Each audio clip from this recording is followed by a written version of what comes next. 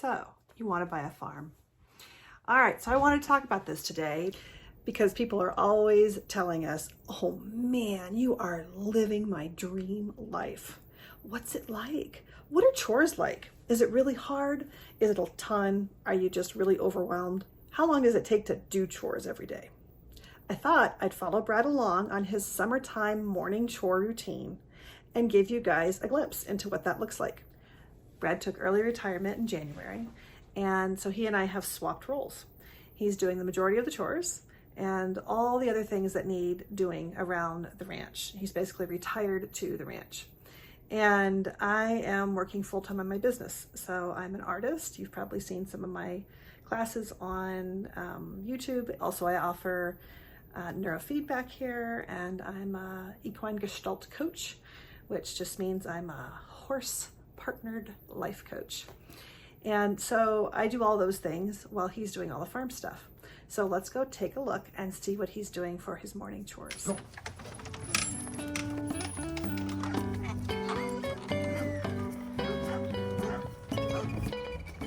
So the day starts off with Midnight's special soaked food. Midnight is 27. He's a horse, and he has alfalfa and beet pulp that's soaked overnight and is mixed with sweet feed, senior feed, for his morning and evening meals.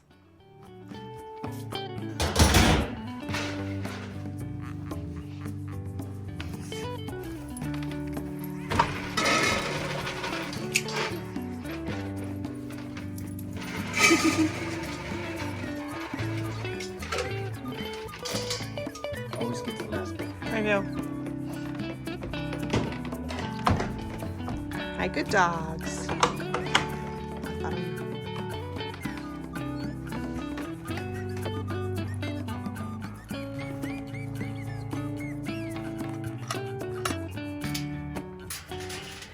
We have this lane that fronts all of our pastures, and it was here when we bought it, and it's one of the things that we loved about this place. It enables us to move animals back and forth into different pastures without having them be loose on the property.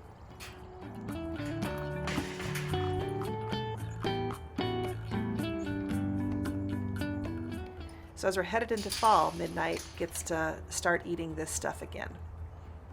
He thinks it's delicious.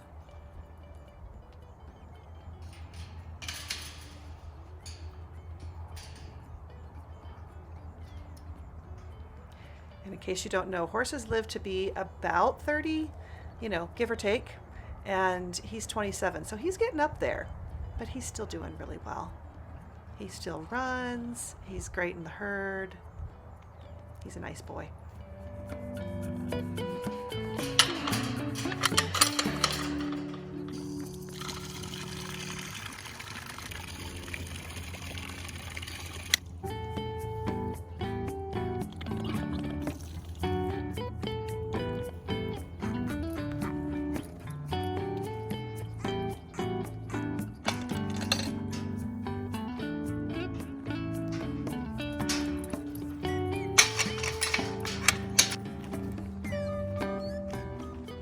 So this is a Nelson automatic waterer.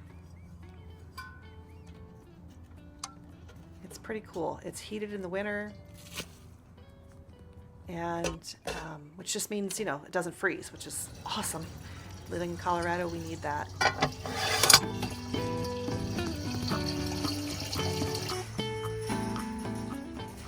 These two sheep are kept separate from the other sheep right now because the first one there is very old and the second one is very young. And so we don't want them in with our other sheep because we've got a ram in there with them right now. And so we don't want these two bred.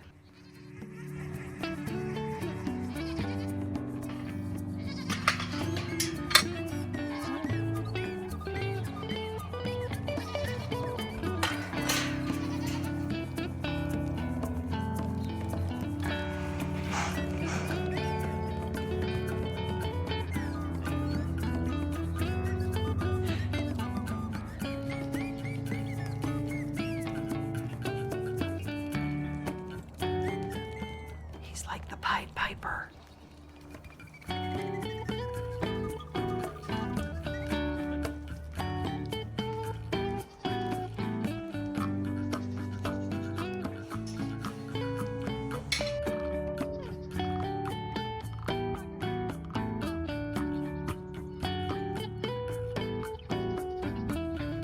Good girl, Charlotte.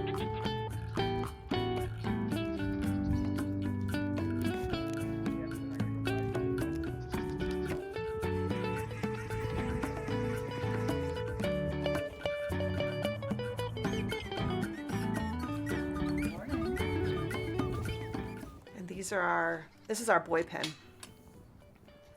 This big one is Sven, and then comes our little weather Chip. He's boarded here.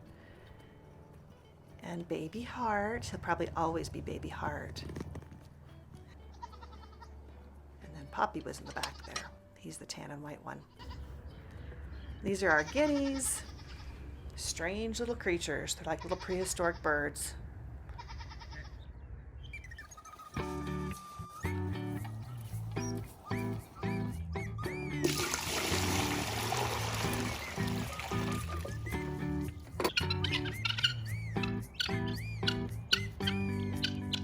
He puts scratch out for them every day.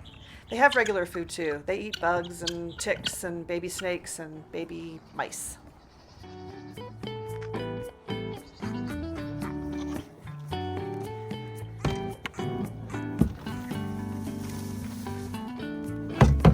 Hi guys, what you doing? Yes.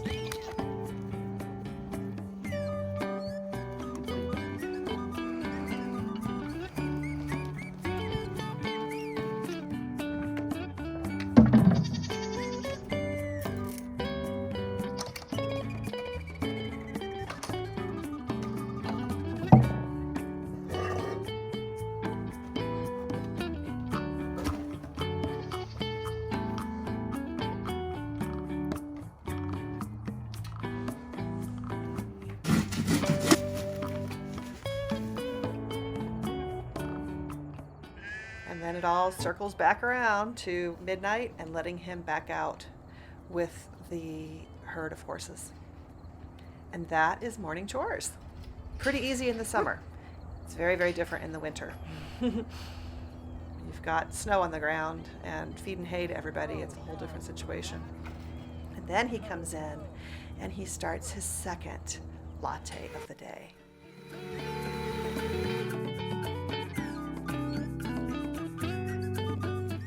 This is a whole special process. It's very Brad.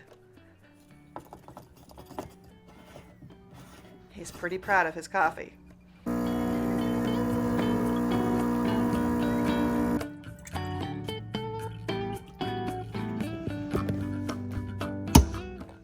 There's a lot of waiting going on while you wait for things to heat up to steam milk.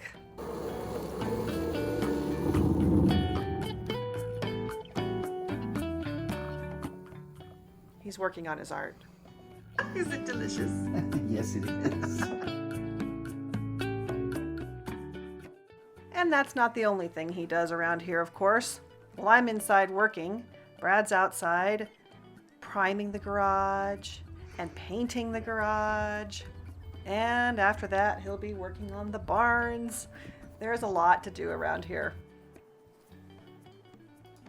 Also, because fencing is never done, he's been out in our big pasture in the front. If you've ever been here, there's that big pasture along the driveway and the road. And he's putting in more T-posts and more tape as we continue to figure out exactly the way we want this to be laid out for permanent fencing at some point. So for right now, it's just electric tape and T-posts. And in his spare time, he's learning how to do fecals. Oh boy, doesn't that sound fun? Instead of having to send them off to CSU for testing or mailing them off, he's going to learn how to do them right here. What you got there, Brad? I have a new toy. What is the toy? I've always wanted one, but I didn't really have a need for one. But Now I do. And what are we going to do with it? So we've got animals. We had an issue with coccidia on a couple animals some time ago. And Yes. then we got a report that one of our other animals was out getting tested and it has coccidia. But what no do they cost? symptoms. Without symptoms. That was 15 at CSU. $15 if you take it in, I assume. Yeah. Didn't somebody do it for $5? Yeah, you can mail it in. Mail it in for $5. Wait for it to get there. Wait for it to get back. Turns out, looking for parasites and worms is not hard. And so now I have the way to do it. Now we have to figure out where we're going to put it. Yeah, she doesn't want me to do fecal analysis in the kitchen. No. I don't understand. No, I know. I don't think so. But we have a barn that has a little spot that might just be perfect for it. So maybe we're going to put it in there. We'll see. And this is what retiring to a ranch looks like. But if you know him, you know he is really happy.